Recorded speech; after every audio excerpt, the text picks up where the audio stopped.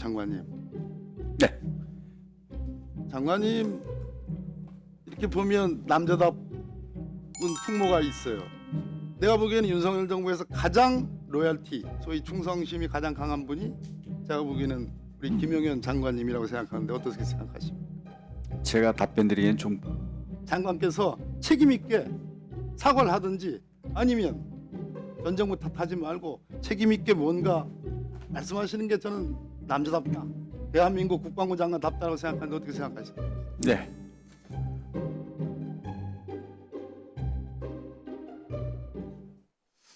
네, 대치 토론 하면서 현안까지도 조금 감해하겠습니다. 현안은 협의가 안 됐는데 하여튼 짧게 이렇게 네, 의원님 말씀해 주시면 좋겠습니다. 네, 성일종 위원장님 감사합니다. 장관님. 네. 지금 방위산업 기술 불법 유출을 이제 보다 통제를 강화하는 방위산업기술보호법 일부 개정 우리 임종도 의원님 등의 대표 발의인데요. 해외 유출도 있고 뭐 국내에서도 뭐 있을 수 있고 그래서 그 사안이 심각한 것은 제가 강요로 있을 때 또 그걸 느꼈습니다만은 필요하다 봅니다. 그래서 찬성이고요. 근데 다만 이런 측면은 좀 어떤가 하는 그런 문제 제기를 해놓습니다. 저는 그 국방 기술과 이제 우리 무기체계에 들어가는 국방 기술이 있을 거 아니겠어요? 네. 그걸 기준으로 볼 때 국방 기술이 있고 민간이 보유하고 있는 기술이 있을 때 사업마다 다 다르겠지만 제가 이제 그동안 국방에 와가지고 많은 그 이제 우리 국방부에 관계된 많은 분들을 만나보면서 민간 기술이 뛰어나다라고 하는 그런 것을 인정하는 분들이 꽤 있었습니다. 어떻습니까? 맞습니다. 또 반대로 국방 기술 중에는 그것을 민간의 기술 이전을 해서 미국의 펜타곤이 과거에 그랬거든요. 미국의 실리콘밸리의 사실 가장 큰 힘이 됐던 것은 미국 국방성입니다. 예.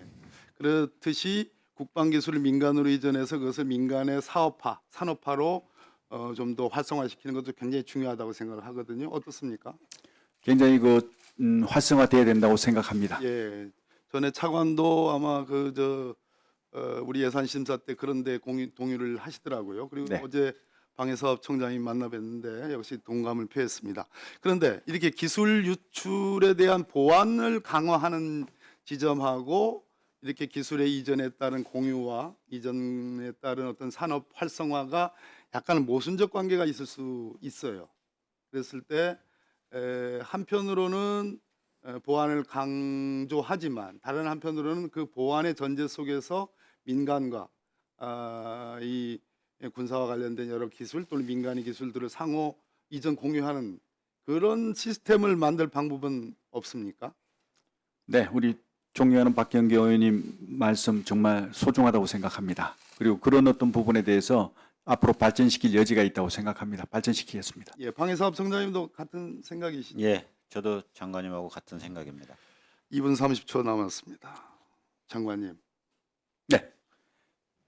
장관님 이렇게 보면 남자답은 풍모가 있어요.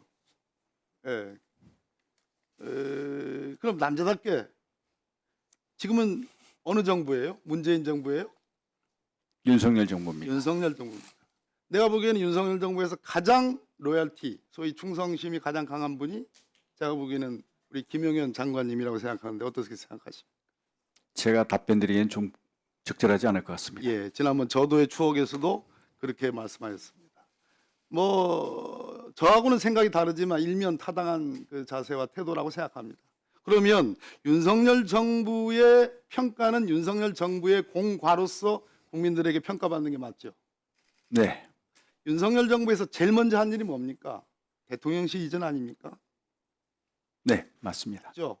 그리고 대통령실 이전은 윤석열 대통령 후보의 공약이었죠. 네. 여러 가지 미사여구를 총동원해서 국민들께 그렇게 얘기를 했습니다. 그러면 대통령실 이전에 따른 아무리 예비비를 마지막 정부 불과 뭐 한 달 남겨놓은 정부였잖아요. 뭐 저도 거기 내각이 구성원 국무위원이었지 않습니까? 그런데 그때 모든 지금 앞으로 어디로 이전할 거다, 리모델링 공사를 어느 업체를 선정해서 어떻게 할 거다, 이런 내용들이 주먹구구 모든 디테일하게, 그리고 최종적인 의사결정권이 문재인 정부에 있지 않았습니다.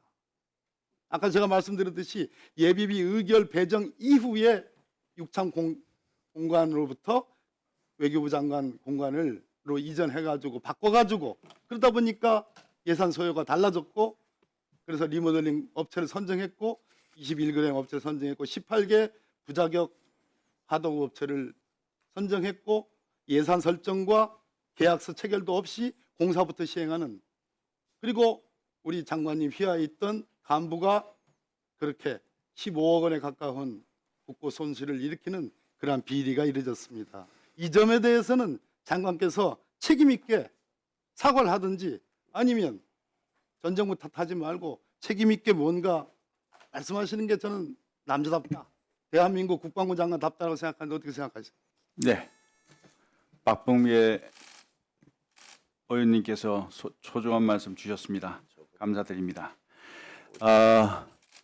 우선 그 용산 이전, 청와대 이전과 관련해서, 또 그다음에 이제 관저 이전과 관련해서 이전하는 모든 어떤 사업체와의 계약 체결, 사업체 선정 문제, 이런 어떤 부분들은 실질적으로 3월 말부터 이루어졌습니다. 그래서 3월 말부터 이루어졌는데, 이 3월 말부터 이루어지면서 전 정부, 우리 문재인 정부에서 정말 어려운 가운데 예비비를 이렇게 해서 국무회의까지 해갖고 지원해 준 것에 대해서 정말 저희들은 감사하게 생각합니다. 그게 없었다면 이전이 불가능했지 않습니까? 그래서 감사한 마음으로 생각하고 있는데, 이런 어떤 모든 부분 이전에 대해서 불법적이라고 자꾸 말씀하시니까 제가 이렇게 말씀드린 것이지, 사실은 네?